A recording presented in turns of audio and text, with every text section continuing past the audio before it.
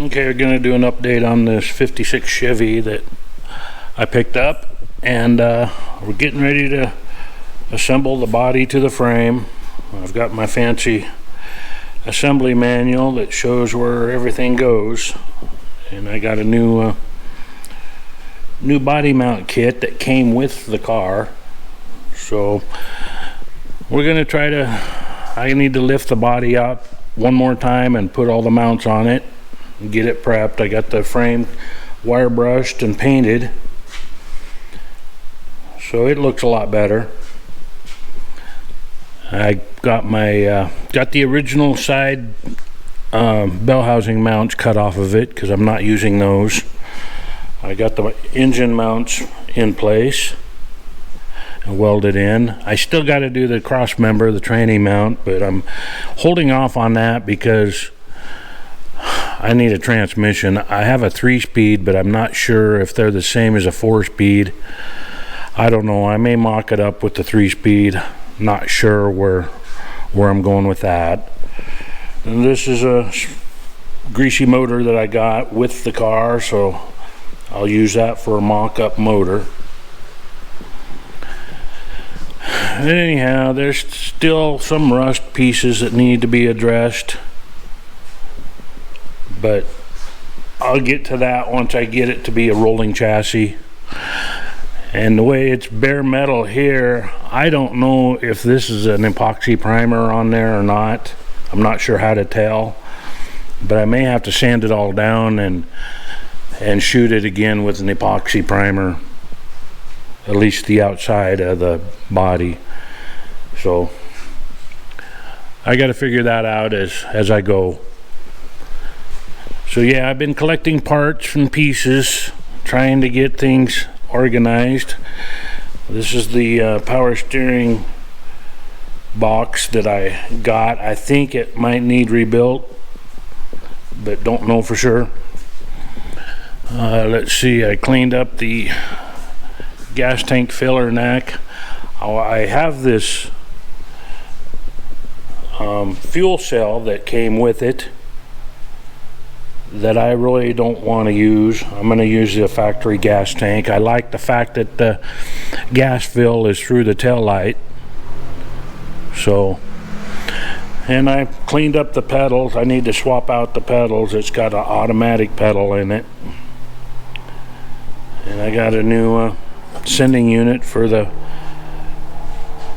gas tank. And I picked up a battery box and a battery to trunk mount it. I'm going to mount this in the trunk with the fender well headers. It generates a lot of heat in the engine compartment, and the battery in the factory location is right on the firewall, right above the headers. So I think it's a good idea to relocate that to the trunk. And plus, that kit was pretty reasonable. It was cheap China junk, but that's what we are. That's where we're at nowadays. Everything's cheap China junk. So anyhow, maybe I'll do a little bit of work on it today and bring you along. Oh, and there's the rear end. This is an Explorer rear end. It's the same width as the Tri-5 Chevys, and it's got disc brakes on it. I still need to scarf off all the mounts and re-weld the mounts on for the Chevy, but it's a 8.8 ring gear, 373 gears, limited slip posi. So yeah, that'll be a nice addition. Those factory Tri-5 rear ends are very weak. They're an 8.2 ring gear, so they don't last long when you start cranking up the power. And also, we got this motor. I managed to take this down to the machine shop, and he said it's a good motor. It's a good start for a buildable block. So I've got all these other parts. I'll have to turn the crank. I'm going to put new pistons on it. I'm going to put some flat tops. Right now these are dished pistons. And we're going to put some flat tops on there, raise the compression ratio. I'm going to be putting those AFR heads on this motor. And I also had a camshaft that I wasn't really happy with. I bought it for the Vega, and I was going to put it in the Vega, but I want a little more power in this one. So I returned it to Summit Racing and exchanged it for another cam.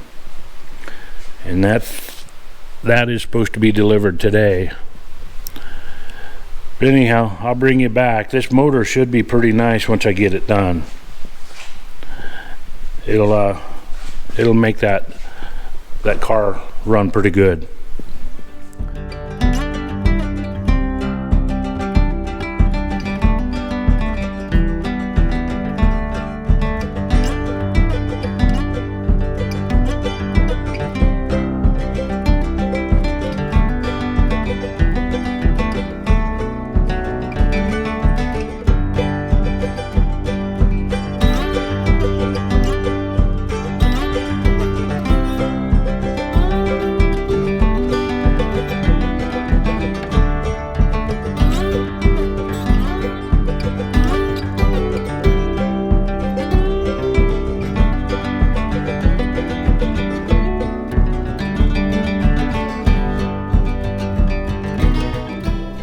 Okay, I got the body mounts all set in place. I'm pretty sure they're where they belong. It also shows some little pads that go on top of the frame, so I put some of this insulation crap on top. It's sticky back, so it should stay put. So yeah, I'm pretty close to sitting this down. Also, I welded on a ground lug to the frame while I was at it in the back, so that the ground can just come out of the trunk area and land on that, and I can weld another one up front when the time comes to go to the body and the rest of the wiring and crap. We'll see. I haven't figured it all out. This is kind of a build as you go, design as you go build, I should say. But anyhow, I think I can drop this down and for the last time.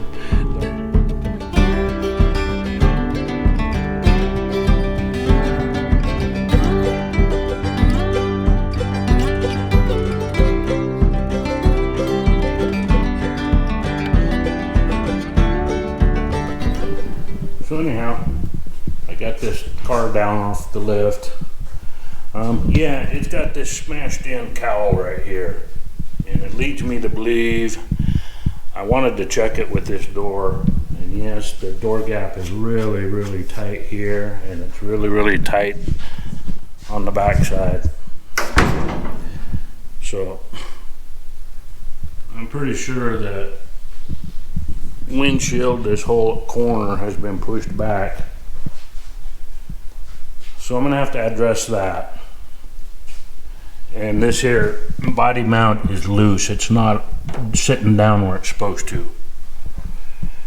So I've got another issue that was not disclosed when I bought this thing. And yes, it's got the custom vice grip steering wheel, which is about all I've got right now. I have a steering wheel on the wall, but I don't have the right adapter to fit it on there, so we're just gonna see what happens. I'm gonna keep my eyes out. I need to find a steering column, among other things. I've got a whole host of things that need to find. This side of the cowl is looking really good. I don't know if it'll come up on camera, but this paint I put on the frame really looks good. And I just primed the firewall and it looks crappy. So this motor is going to have to come back out, hopefully when I get the other one built. This motor runs, but I'm pretty sure it's tired. I can feel the backlash in the timing chain when I rock it back and forth. And also got a 3-speed transmission in there that I want to upgrade to a 4-speed. But anyhow, I've got a shifter on a 3-speed. I could piece it together and drive it with this motor and transmission, but I'm not wanting to do that.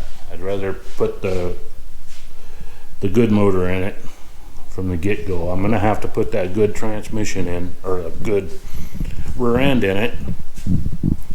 But anyway, I want to shout out to Renegade's Garage for hooking me up with this plasma cutter.